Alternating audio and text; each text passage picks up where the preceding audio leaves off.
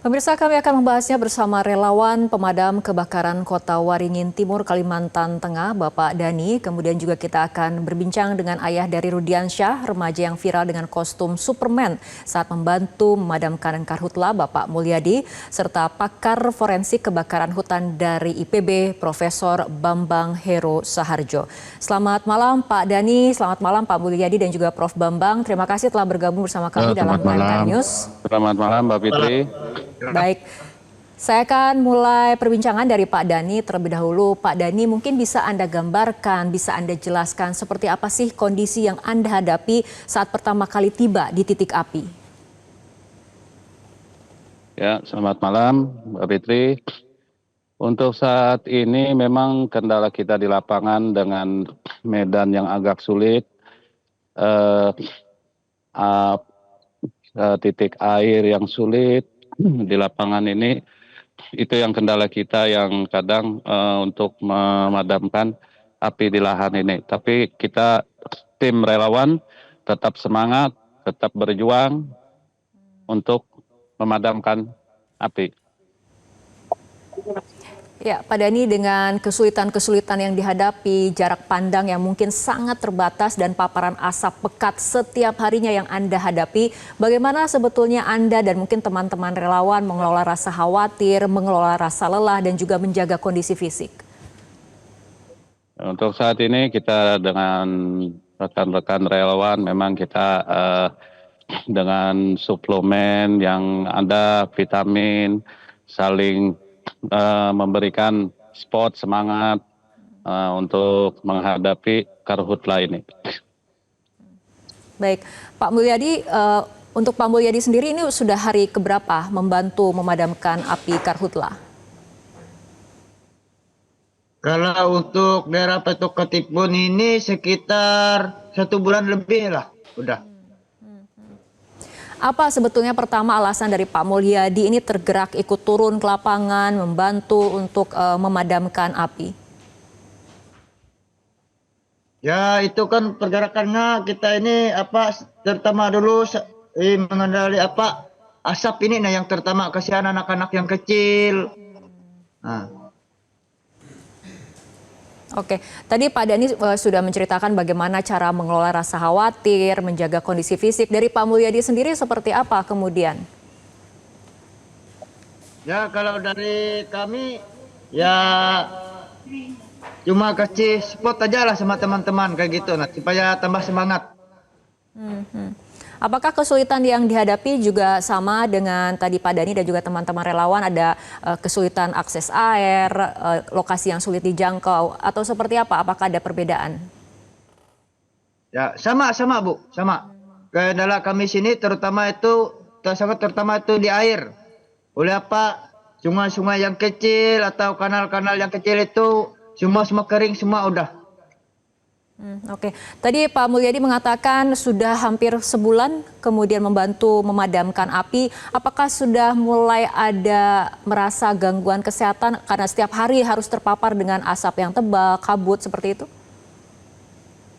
Ya kalau untuk gangguan itu memang ada, saya lihat sudah. Seperti pilek, batuk. Ya sekarang ini kan saya lihat ini demam-demam lah kayak gitu sebagian.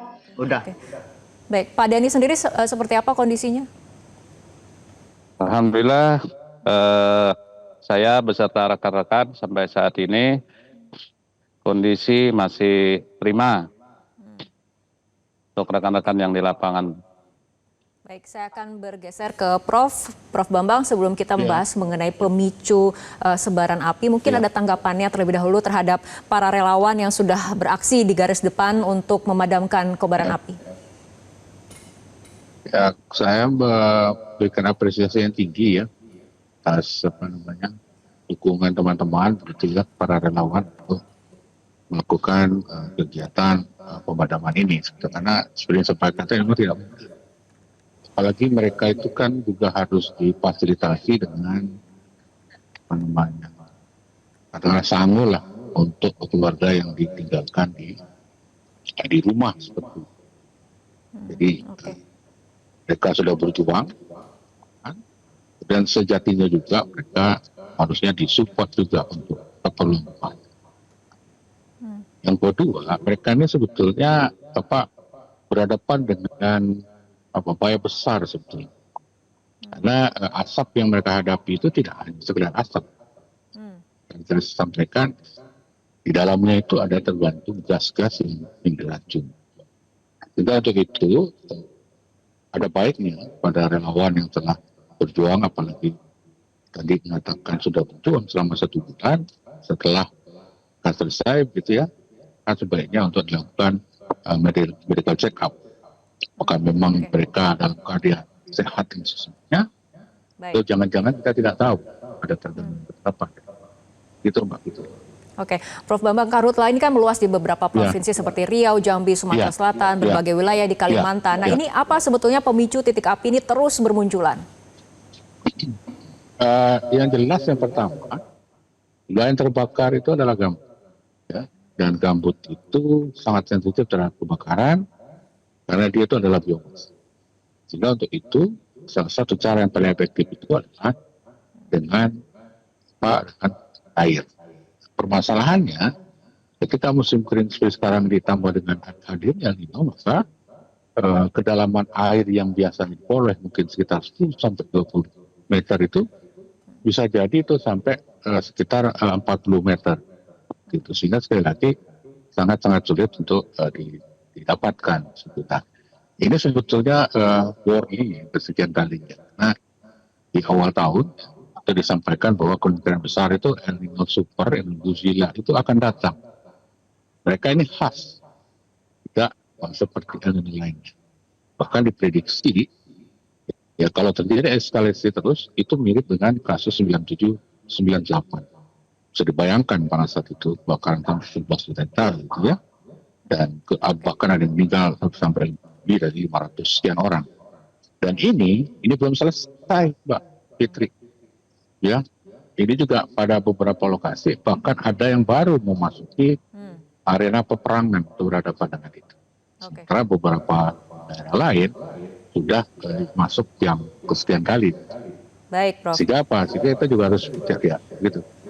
Oke, baik, saya akan kembali ke para relawan. Pak Mulyadi, ini mengenai titik api yang terus bermunculan dari pengalaman Anda memadamkan api di lapangan. Apa sebetulnya yang membuat titik api ini terus bermunculan padahal kemudian upaya pemadaman juga terus dilakukan? Ya, itu kira kata kami sini itu apalah gara-gara kutu api itu nah kemungkinan.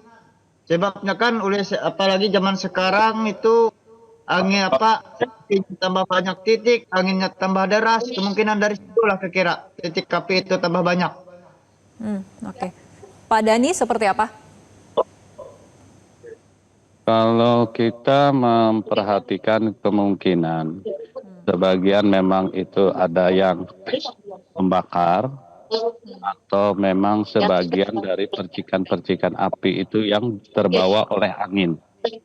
Itu yang bisa menyebabkan api timbul di beberapa titik. Oke. Apakah kemudian di setiap upaya pemadaman disesuaikan dengan karakter lahan yang kemudian dihadapi, Pak Dhani? Misalnya karena ini didominasi oleh lahan gambut, ada upaya-upaya khusus untuk memadamkan api, apalagi kemudian di lahan gambut apinya berada di bawah permukaan seperti itu. Artinya selama ini kami dari tim relawan, kita sementara kan untuk pembasahan di areal atas, supaya api itu tidak menimbulkan lagi. Dalam artian kita selama ini membantu daripada pemerintah sendiri, dari relawan. Kalau untuk memadamkan api yang sampai ke titik terendah itu kayaknya kita kesulitan karena dari sumber air sendiri yang susah. Baik, BMKG kemudian merilis daftar wilayah yang akan memasuki puncak kemarau pada September 2026. Ternyata Agustus ini belum capai puncaknya. Prof. Bambang, apa artinya ini? Apakah kemudian meningkatkan resiko karhutla atau seperti apa? Tapi jawaban Anda ditahan dulu karena kita akan ikuti jeda berikut terlebih dahulu. Jelajahi cara baru mendapatkan informasi. Download Metro TV Extend sekarang.